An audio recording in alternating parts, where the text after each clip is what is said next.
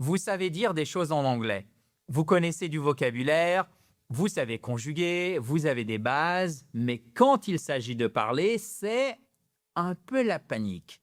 Vous cherchez vos mots, vous bloquez et vous avez l'impression de parler comme un robot. Et au final, vous ne dites rien ou presque rien. Est-ce que ça vous parle? Je suis sûr que oui, ou au moins un peu. Alors, aujourd'hui, chers amis, je vais partager avec vous 3 solutions à connaître avant de parler anglais. Je vous parle bien de solutions que, malheureusement, on ne vous a probablement jamais expliquées à l'école. Et si vous les comprenez et vous savez les appliquer, vous allez voir une vraie différence dans votre capacité à vous exprimer. Première solution, on va parler de l'accent tonique.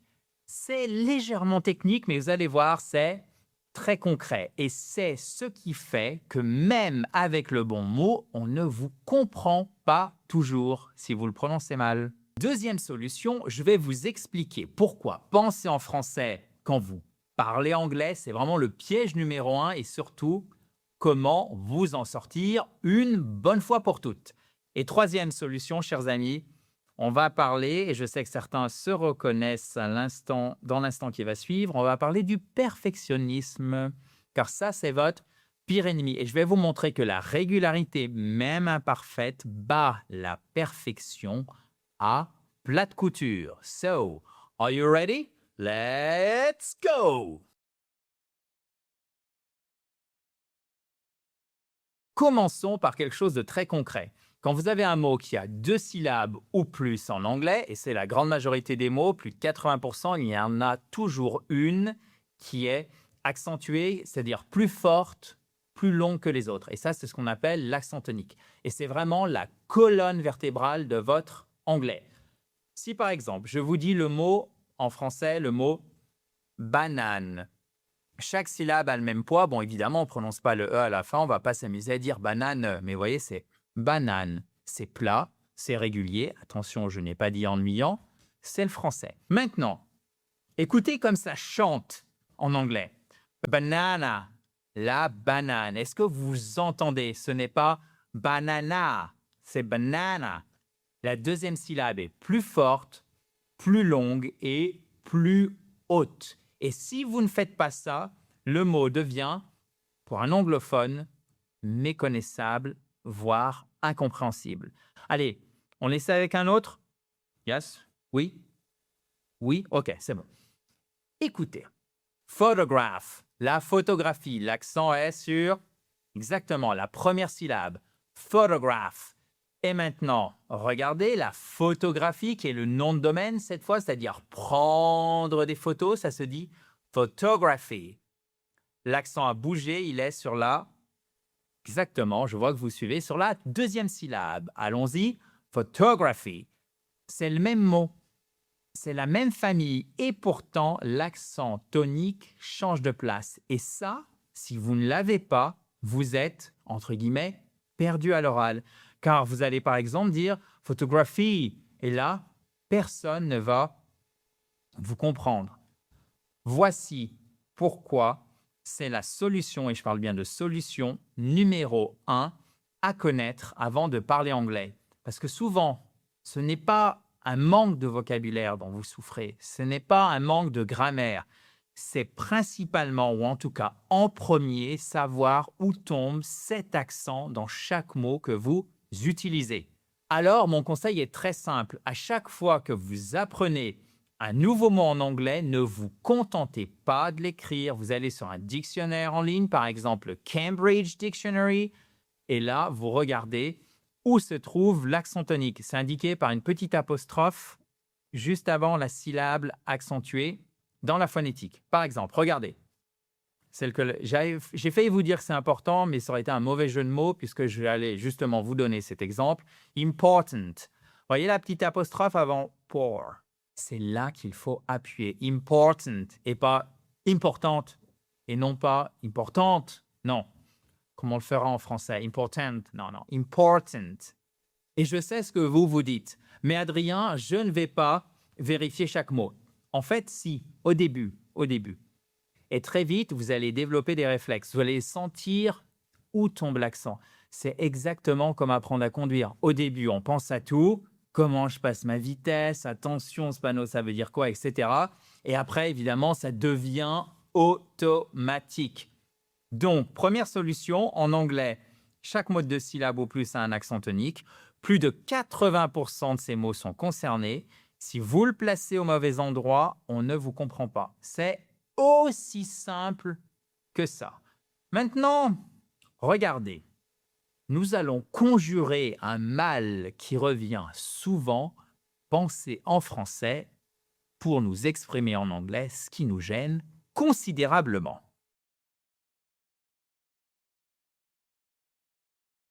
Alors, deuxième solution, et c'est peut-être la plus importante de cette vidéo, quand vous voulez dire quelque chose en anglais, qu'est-ce que vous faites? Soyons honnêtes.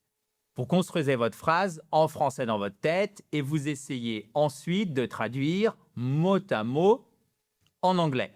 Et évidemment, c'est tout à fait normal, on le fait tous. Quand on apprend une langue, le premier réflexe, c'est de s'appuyer sur ce qu'on connaît, c'est-à-dire notre langue maternelle. Je considère que, par exemple, le français est votre langue maternelle. Donc, ne culpabilisez pas, c'est une étape naturelle. Mais le problème, c'est que ça vous bloque. Pourquoi? Car le français et l'anglais, vous l'avez évidemment remarqué, ne fonctionnent pas de la même manière. Prenons un exemple. Si vous voulez dire « ça me manque », vous essayez de traduire dans votre tête. Et là, vous avez that, ça, me, Mrs. Non. Et là, vous sentez que ça sonne bizarre. Il y a quelque chose qui ne colle pas. Est-ce que vous le sentez? Mais on ne sait pas toujours pourquoi. Et c'est normal d'ailleurs que ça sonne bizarre quand en anglais on dit I miss it. Ça me manque. Vous voyez, le sujet change, la structure change, tout change. Autre exemple, j'ai 35 ans. Vous essayez I have 35 years. J'ose même pas le dire tellement c'est faux. Encore une fois, ça doit vraiment sonner bizarre car en anglais, on est un âge. On ne l'a pas. I am 35 years old. J'ai 35 ans. Et plus la phrase est complexe, plus vous bloquez. Vous cherchez chaque mot, vous hésitez, au final, vous n'osez plus rien dire. Alors, comment faire? Je vais vous donner une technique très concrète. Ça s'appelle penser en blocs ou en anglais, on dit chunks, des morceaux. Au lieu d'apprendre des mots isolés, vous apprenez de petits groupes de mots qui vont naturellement ensemble et vous les apprenez tels quels, comme un seul bloc, sans les traduire mot à mot. Par exemple, au lieu de dire le mot can tout seul, can, pouvoir, vous apprenez directement le bloc can I have? Est-ce que je peux avoir? Et quand vous êtes au restaurant, par exemple en Angleterre, vous saurez dire can I have the bill? Est-ce que je peux avoir l'addition? Vous voyez, le bloc sort tout seul, c'est plus facile. Autre exemple, au lieu d'apprendre like, to like, aimer, vous apprenez I'd like, j'aimerais. Et quand vous voulez commander un café, I'd like a coffee, please. J'aimerais un café, s'il vous plaît. Voyez, vous n'avez pas traduit, le bloc est sorti naturellement. Et c'est exactement comme ça que les enfants apprennent leur langue maternelle d'ailleurs. Ça permet beaucoup plus facilement l'imitation. Ils n'apprennent pas je suis ou je, puis veux, puis pas. Vous voyez, ils apprennent je veux pas d'un bloc ou je ne veux pas en bon français. Et c'est ce bloc qui reste en mémoire. Et j'ai une bonne nouvelle pour vous. Vous n'avez pas besoin d'apprendre tous les blocs en anglais. En réalité, 20% de l'anglais suffit pour vous exprimer dans 80% des situations. Donc, concentrez-vous sur ces deux choses.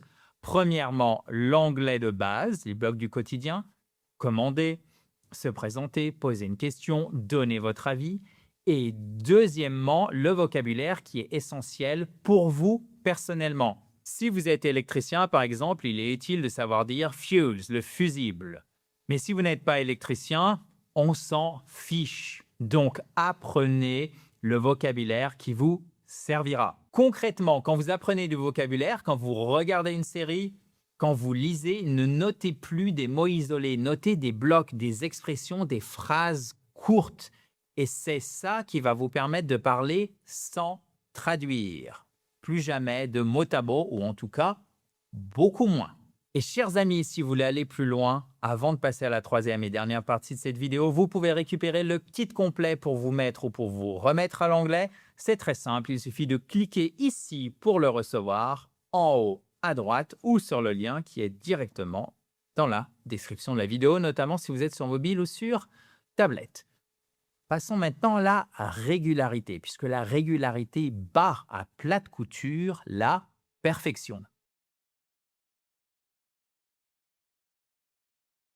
Alors, troisième et dernière solution, et je pense que c'est celle qui va changer le plus de choses pour certains d'entre vous. Combien parmi vous se disent « je parlerai anglais quand je serai prêt, quand j'aurai assez de vocabulaire, quand je maîtriserai la grammaire, quand je serai sûr de ne pas faire d'erreur ». Chers amis, j'ai une mauvaise nouvelle pour vous. Ce jour-là n'arrivera jamais. Et je ne dis pas ça pour être désagréable. Je le dis car c'est le piège classique du perfectionnisme. On attend d'être parfait pour commencer et pendant qu'on attend, on ne progresse pas car c'est justement la pratique qui vous rend meilleur. Donc, voyez le piège, voyez le cercle vicieux. Et je vais vous donner un chiffre. Si vous pratiquez 10 minutes par jour, tous les jours, ça fait 70 minutes par semaine. Okay? En un mois, c'est 5 heures de pratique. En 3 mois, c'est 15 heures.